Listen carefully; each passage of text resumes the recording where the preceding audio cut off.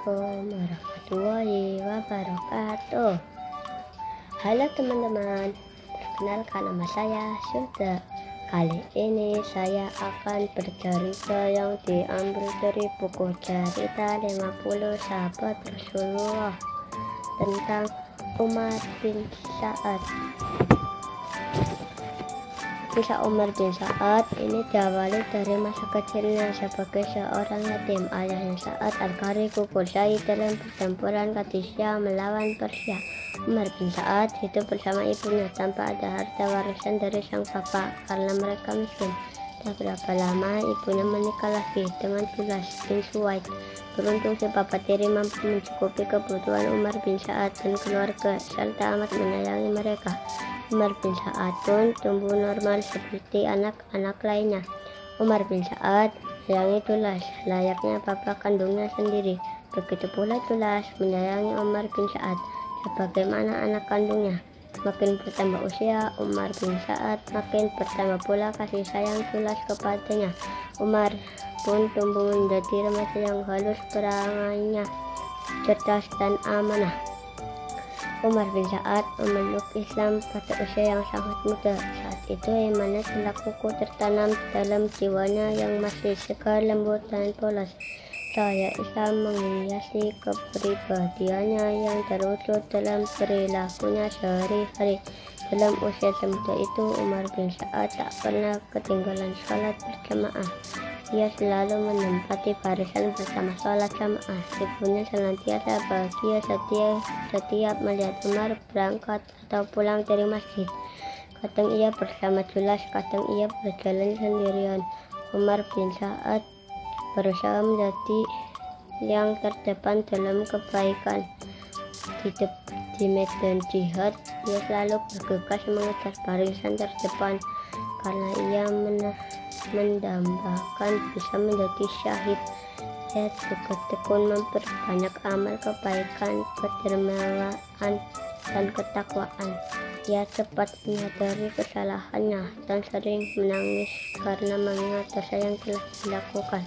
Umar sama sekali tidak terjebak harta dunia dan selalu mencari jalan kembali kepada Allah. Karena kekuatan imannya, kebersihannya, jiwanya, ketenangan dalam hidupnya, dan keindahan akhlaknya, Allah menetapkan hati para sahabat untuk menyayangi Umar.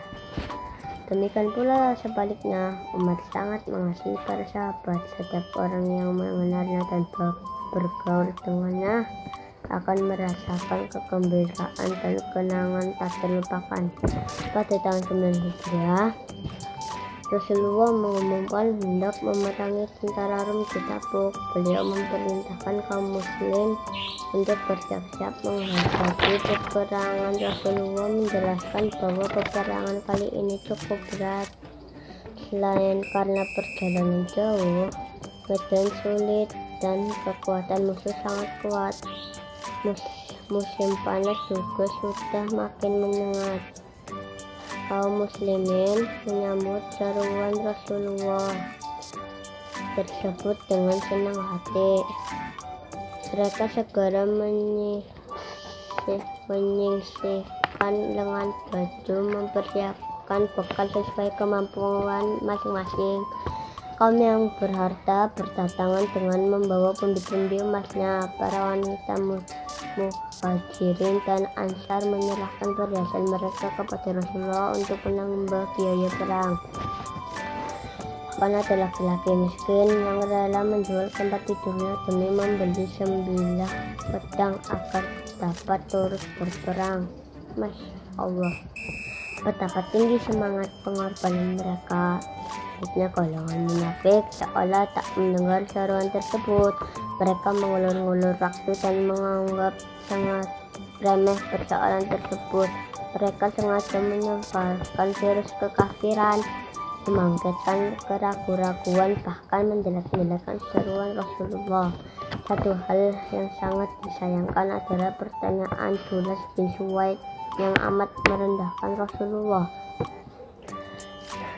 Seandainya laki-laki ini memang benar, tentulah kita ini lebih jelek dari keledai-keledai, ucap Julas.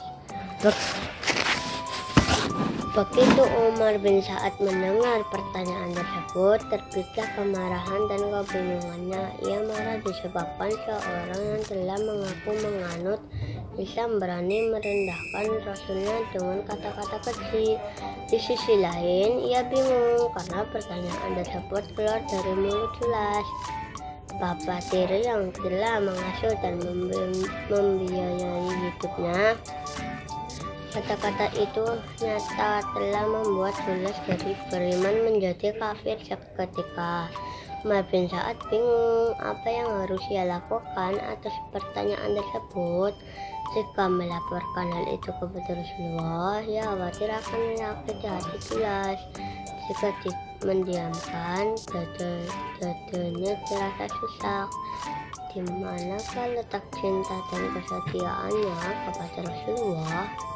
Namun kebingungan tersebut tidak bertahan lama. Umar bin Sa'ad yang berjiwa tulus cepat menemukan jalan keluar. Ia memutuskan untuk bertemu Julas. Demi Allah, engkau adalah orang yang paling kucintai dan yang paling banyak berjasa kepadaku, dan yang paling tidak kusukai akan ditimpa sesuatu yang tidak menyenangkan. Engkau telah melontarkan ucapan keji. Jika ucapan tersebut kusebarkan dan sumbernya adalah engkau, tentulah akan menyakitkan hatimu. Tapi jika kubiarkan, tentu saja agamaku akan tercemar, kata Umar bin Sa'ad. Walau Umar bin Sa'ad setelah mengungkapkan isi hatinya, namun rupanya Julas telah dipengaruhi perasaan sombong. Ia tidak menyesal sedikit pun atas pertanyaannya. Akhirnya Umar mengadukan hal ini kepada Rasulullah. Begitu mendapat laporan dari Umar, Rasulullah pun memanggil Julas. Di hadapan Rasulullah, Julas mengingkarinya, bahkan ia mengucap sumpah palsu atas nama Allah. Turunlah ayat Al-Quran yang memisahkan antara yang hak dan yang batil. Mereka orang munafik bersumpah dengan nama Allah bahwa mereka tidak mengatakan sesuatu yang menyakiti Muhammad. Sungguh mereka telah mengucapkan perkataan kekafiran dan telah menjadi kafir setelah Islam dan menginginkan apa yang mereka tidak dapat mencapainya. Dan mereka tidak mencela Allah dan Rasulnya sekiranya Allah dan Rasulnya telah melimpahkan karunia-Nya kepada mereka. Maka jika mereka bertobat, itu adalah lebih baik bagi mereka. Dan jika mereka berpaling, niscaya Allah akan mengazab mereka dengan azab yang pedih di dunia dan di akhirat. Dan mereka tidak mempunyai pelindung dan tidak pula menolong di bumi. Quran Surat At-Taubah. Mendengar ayat tersebut, Julas pun mengakui ucapannya dan meminta ampun atas kesalahannya.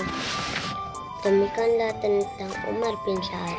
Assalamualaikum warahmatullahi wabarakatuh.